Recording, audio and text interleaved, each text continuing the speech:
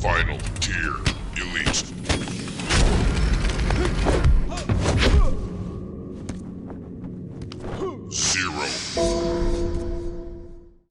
In the last episode, I touched on the concept of introducing more execution-based mechanics into Quake Champions. In the context of Arena FPS, when I say execution, I'm specifically referring to the build-up of a play through the use of timing, positioning, and inputs. This is a delicate balance because if the lead-up is too difficult, no one will be able to pull it off, and if it's too easy, it's not interesting. So you have to create a mode of operation that scales at different skill levels. This is to say, bronze players need to work to pull off proper execution, gold players are capable of performing it but struggle under pressure, and elite or higher can perform it but do so as part of the greater meta of the game. One way something like this could be implemented would be by allowing a player to initiate it with their aim. And let me explain. This is a video about Xaero as a medium champion. Quake 3 was my introduction to Arena FPS. I always forced Xaero as my team model because of his unique jumping noise and barefoot steps when running. I also like that he is modeled in a sort of Shaolin monk style and strafe jumps by jump kicking in whatever direction he's headed. All this provided an effective contrast against green enemy models with metal clanking footsteps and jumping groans from Keel or Tank Jr. Last but not least, Xaero was the final boss of Quake 3 and the most difficult because of his aim. So, in order to keep him as true to his established canon as possible, I'd focus on mechanics that play into everything we know about Xaero. Our Xaero champion moves around the map with vanilla Quake 3 movement, but by using his aim, Xaero initiates his passive ability. That is to say, it becomes active.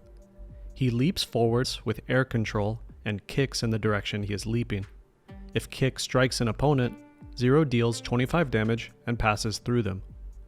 But how could a player's aim be used to activate a passive ability? Since Xaero doesn't have air control by default, the player is rewarded with an air-controlled jump kick when they receive any of these medals: a point blank with shotgun or super shotgun, a mid-air, airborne, or precise with rocket launcher, or an impressive with railgun. Once the medal is awarded, the player simply represses their bind for the weapon that the medal was received for in order to perform Xaero's leaping kick. Xaero's air control expires 5 seconds after the kick is performed, and he returns to vanilla Quake 3 movement.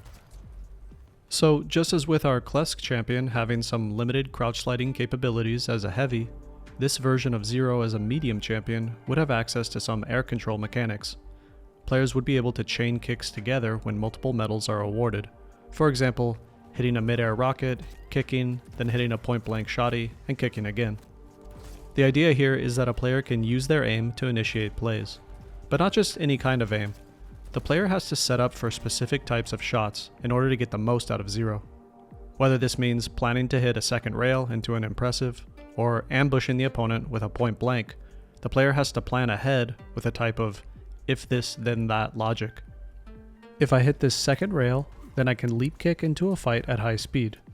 If I hit this point blank, then I can leap kick and escape with low health, and so on.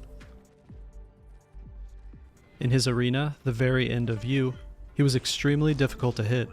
On Nightmare mode, he would just appear from behind one of the pillars for a second, rail you with godlike accuracy, then disappear again.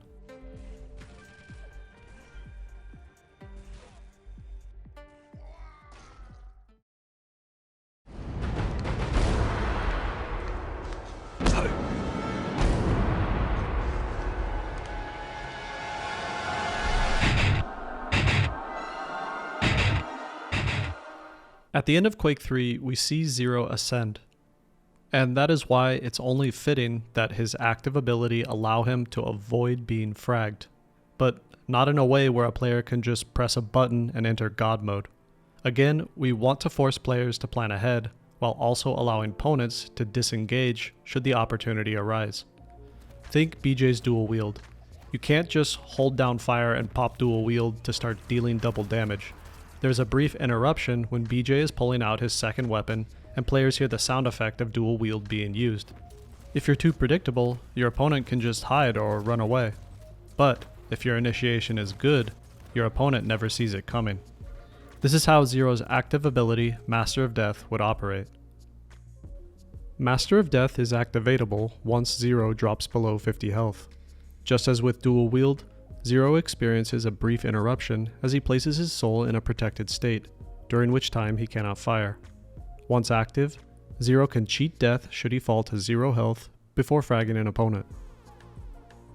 When activated, Xaero has 3 seconds to fall to 0 health. If Xaero fails to fall to 0 health in those 3 seconds, he is left with 1 point of health once Master of Death expires. Should Xaero fall to 0 health while Master of Death is active, his soul's protected state grants him an additional 120 health for 3 seconds to score a frag. If Xaero fails to score a frag in those 3 seconds after falling to 0 health, he dies. If Xaero scores a frag, he survives with whatever HP he has left. Giving Xaero 120 health may sound like a lot, but the fact is that if he falls below 0 health and fails to score a frag in 3 seconds, he dies anyway. So I don't think a single direct rocket or 5 hits of plasma or a close-up SSG should be able to finish him off. But a point-blank SSG or a well-placed orb? Sure. So with both the activation's interruption and only 3 seconds to score a frag once Xaero's health hits 0, the idea here is that players can't just rush into a fight with low health, pop Master of Death, and get a free win. Instead, a degree of situational awareness is required to use the ability effectively. An example scenario could be something like a player hits a second rail to score an impressive, activates Master of Death, and then leap kicks into a fight they wouldn't normally be able to take, or escapes from a fight they wouldn't normally be able to survive. All because they hit the shot they needed to hit, activated Master of Death, and then leap kicked into or out of that fight. It's this type of high-risk, high-reward execution that may sound easy, but in fact requires a degree of risk and skill to execute, especially under pressure.